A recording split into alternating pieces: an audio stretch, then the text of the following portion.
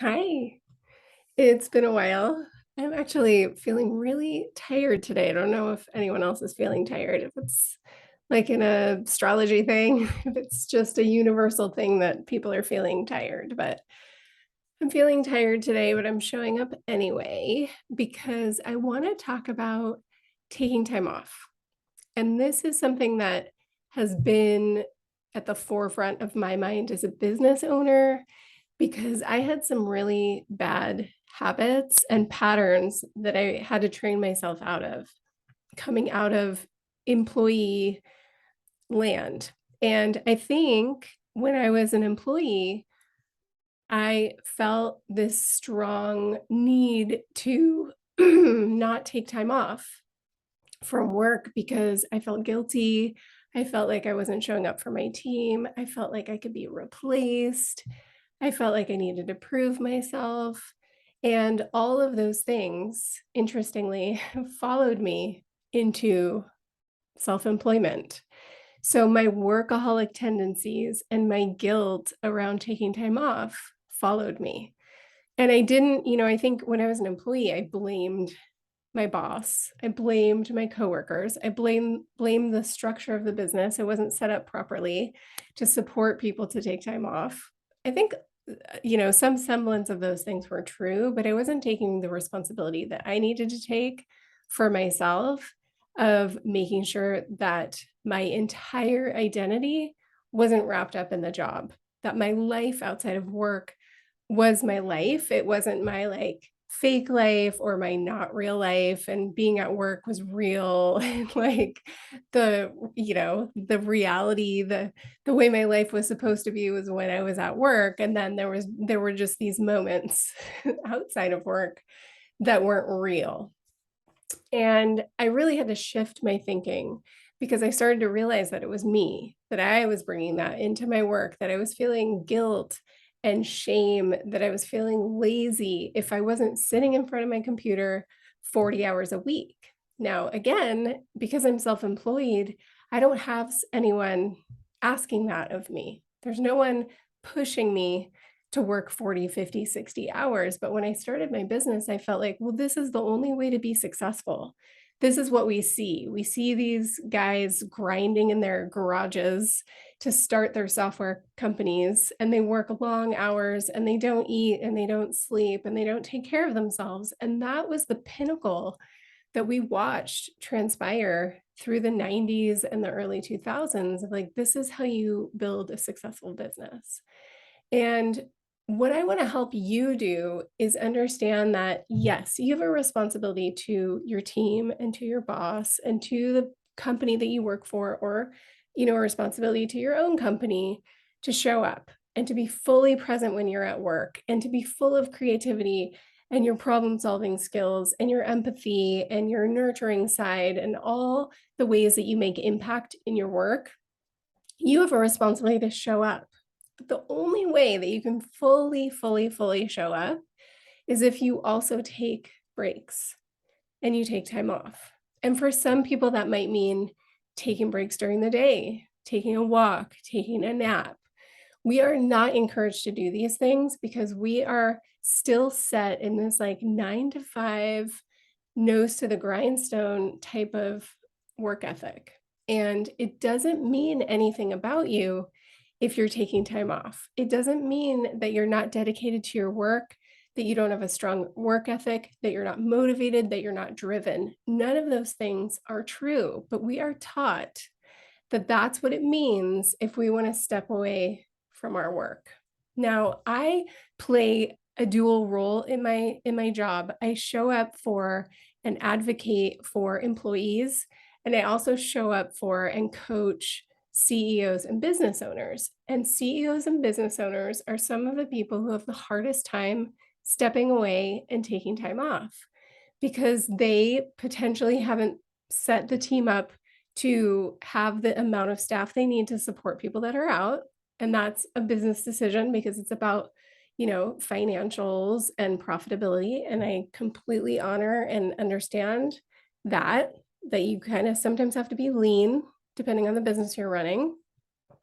And sometimes business owners have some resentment towards the employees who wanna leave at 5, who wanna have work-life balance, who wanna take time off, and sometimes they have sabbaticals coming up, and the employers are a little nervous about that time off and how it's gonna affect the business financially.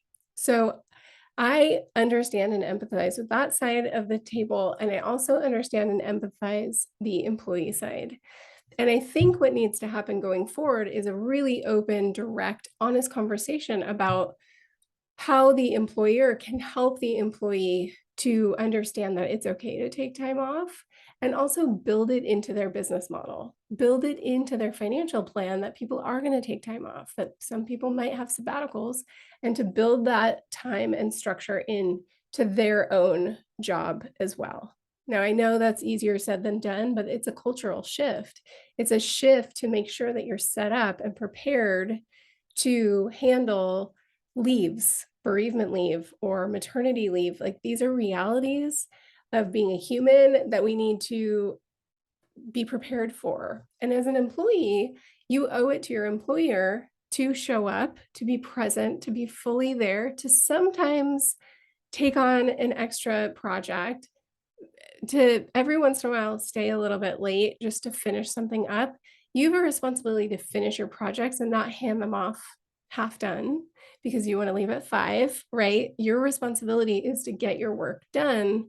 But if you get your work done, it's also your responsibility to take the time you need to recharge and to, get back your creativity and your productivity.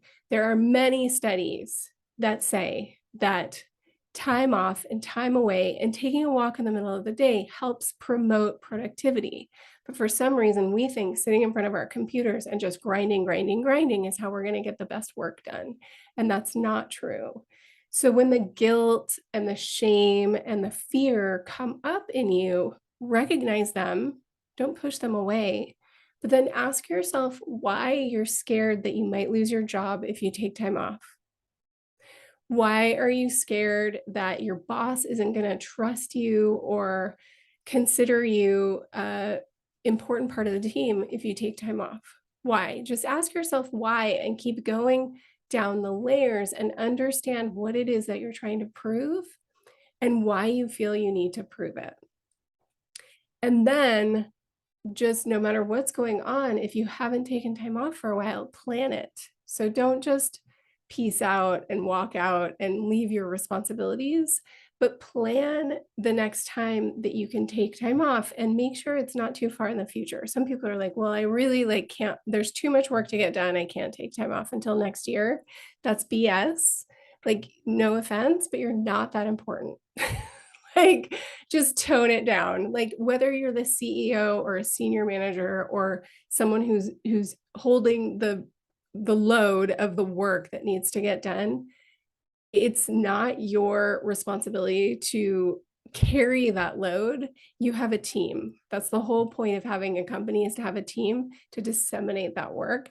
And I'm not saying that you're not vital and critical and that your skills aren't sought after.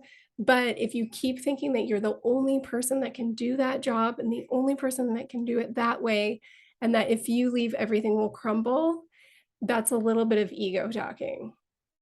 So the best leaders are the leaders that can disseminate their work across teams, that can support people, that can lift people up, that create a structure that allows people to take time off and to rotate and to shift around so that they have some spaciousness. So just remember, take this to heart, that time off is critical to your well-being, to your productivity, to your problem solving, and to your creativity. And if those things are things you have to use at work, then it's vital that you take time off. So before the summer is over, you have another month, go and take some time off, whether it's a day here and there, whether it's a week. Completely shut down. This is an American thing only.